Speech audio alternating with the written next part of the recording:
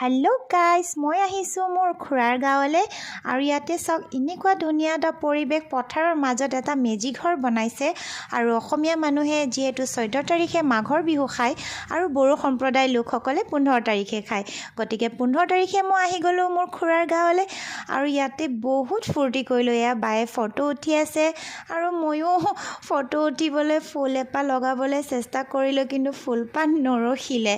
গতিকে ইয়াত ফটো উঠি পথাৰৰ মাজত ধুনীয়া বতাহো মাৰি আছিলে আৰু ইফালে ডেকাসকলে ক্ৰিকেট খেলত লাগি আছে। মোৰ মানুহজনো আহি ক্ৰিকেট খেলত ইনভলভ হ'ল আৰু এইফালে মোৰ খুৰাৰ ঘৰৰ ধুনীয়া খেতি, ইমান ধুনীয়াকৈ শাক পাচলিবোৰ ৰুইছে।